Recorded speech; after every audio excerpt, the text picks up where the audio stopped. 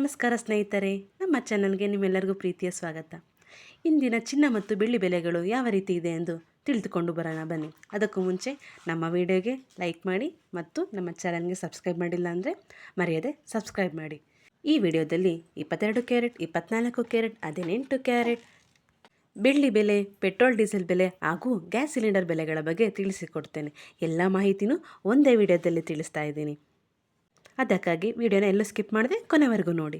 ಮೊದಲನೇದಾಗಿ ಬೆಳ್ಳಿ ಬೆಲೆ ನೋಡೋದಾದರೆ 1 ಗ್ರಾಮ್ಗೆ 260 ಹಾಗೂ 1 kgಗೆ 2,60,000 ರೂಪಾಯಿ ಆಗಿದೆ. ಯಾವುದೇ ಬದಲಾವಣೆ ಕಂಡು ಬಂದಿಲ್ಲ. ನಂತರ ಡೀಸೆಲ್ ಬೆಲೆ ನೋಡೋದಾದರೆ 1 ಲೀಟರ್ಗೆ 90 ರೂಪಾಯಿ ಆಗಿದೆ. ನಂತರ ಪೆಟ್ರೋಲ್ ಬೆಲೆ 1 ಲೀಟರ್ಗೆ 103 ರೂಪಾಯಿ ಆಗಿದೆ.